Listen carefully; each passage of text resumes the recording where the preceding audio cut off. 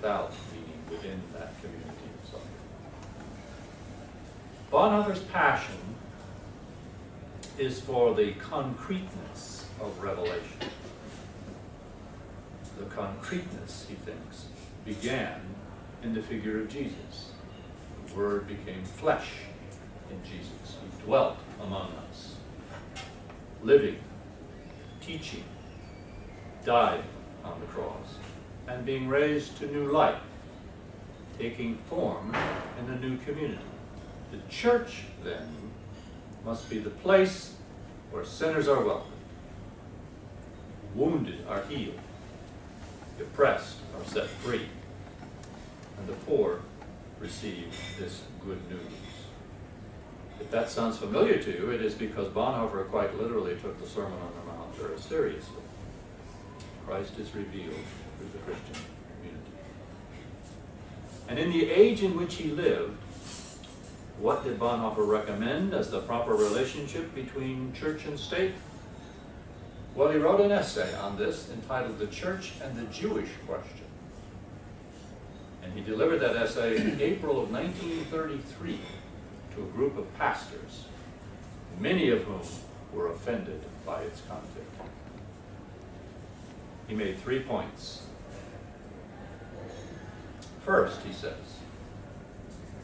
the church has the right, indeed the duty, to question and admonish the state.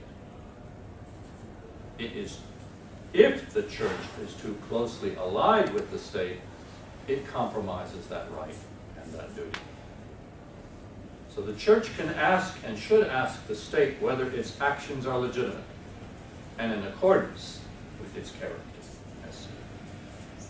So that's the first thing. We might call that the prophetic voice, to judge clearly what it is that the state is doing and whether or not it comports with conceptions of rightness or righteousness. 2, the church has the responsibility to the victims of the state's injustice.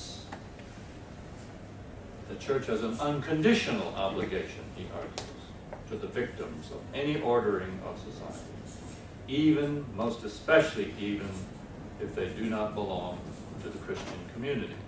Now that was significant then because he was obviously talking about the Jews. Do good to all people was the way he put it. In both of these first actions, the church serves the free state in its free way. And at times when the laws are changed, the church may in no way withdraw from those two tasks. In other words, don't get too comfortable just because you succeeded over here. Eternal vigilance is the stance the church must take. Thirdly, the church may have to oppose the state in an active manner. I have to read to you the quote from the sermon or the address or essay on this one because it's so colorful.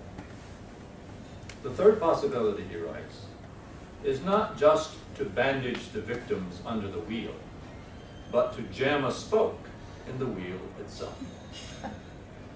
Such action would be direct political action and is only possible and desirable when the church sees the state fail in its function of creating law and order. In other words, when it sees the state unrestrainedly bring about too much or too little law and order. Well, that third one is dynamite, of course, throwing up or jamming the spoke in the wheel. Is an active form of resistance, and of course Bonhoeffer participated in such an act at an extreme level.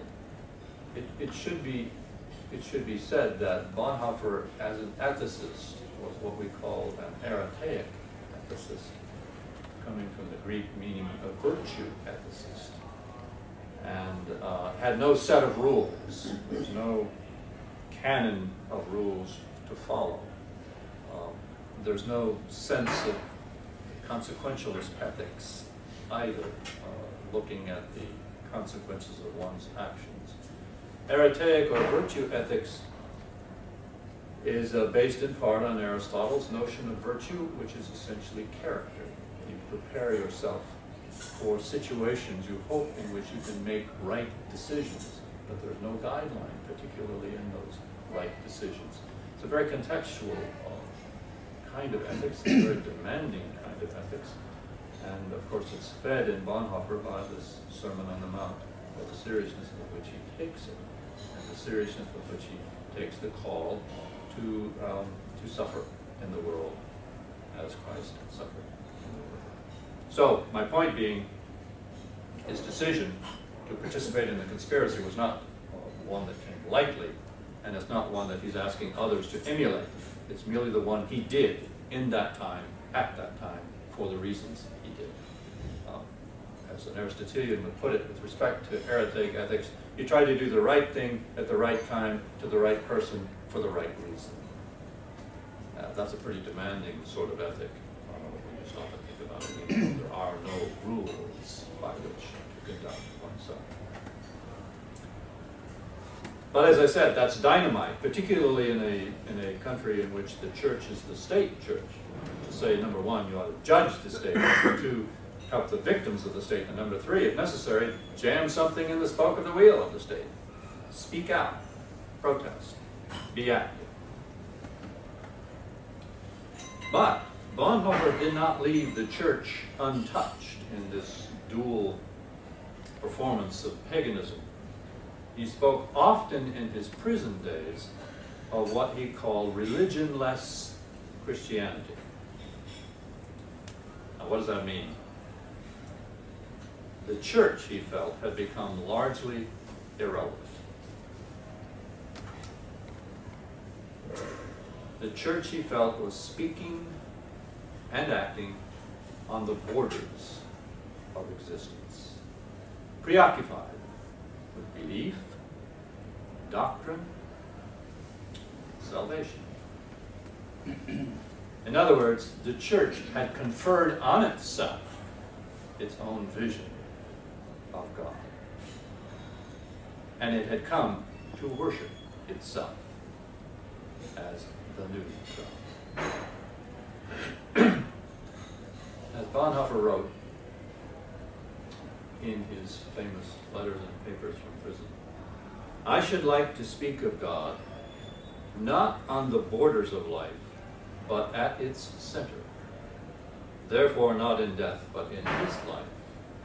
On the borders, it seems to me better to hold our peace and leave the problem unsolved.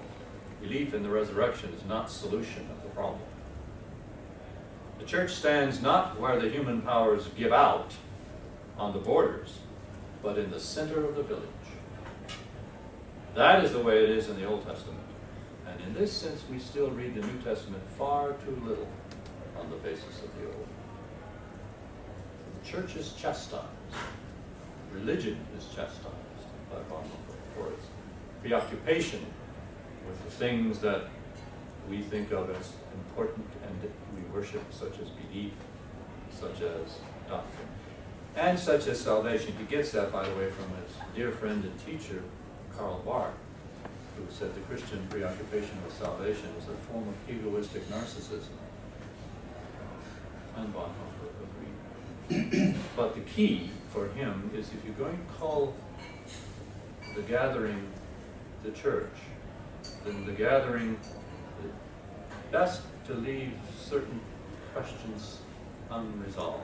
Best be silent about those and speak to the center of the village where the human suffering exists.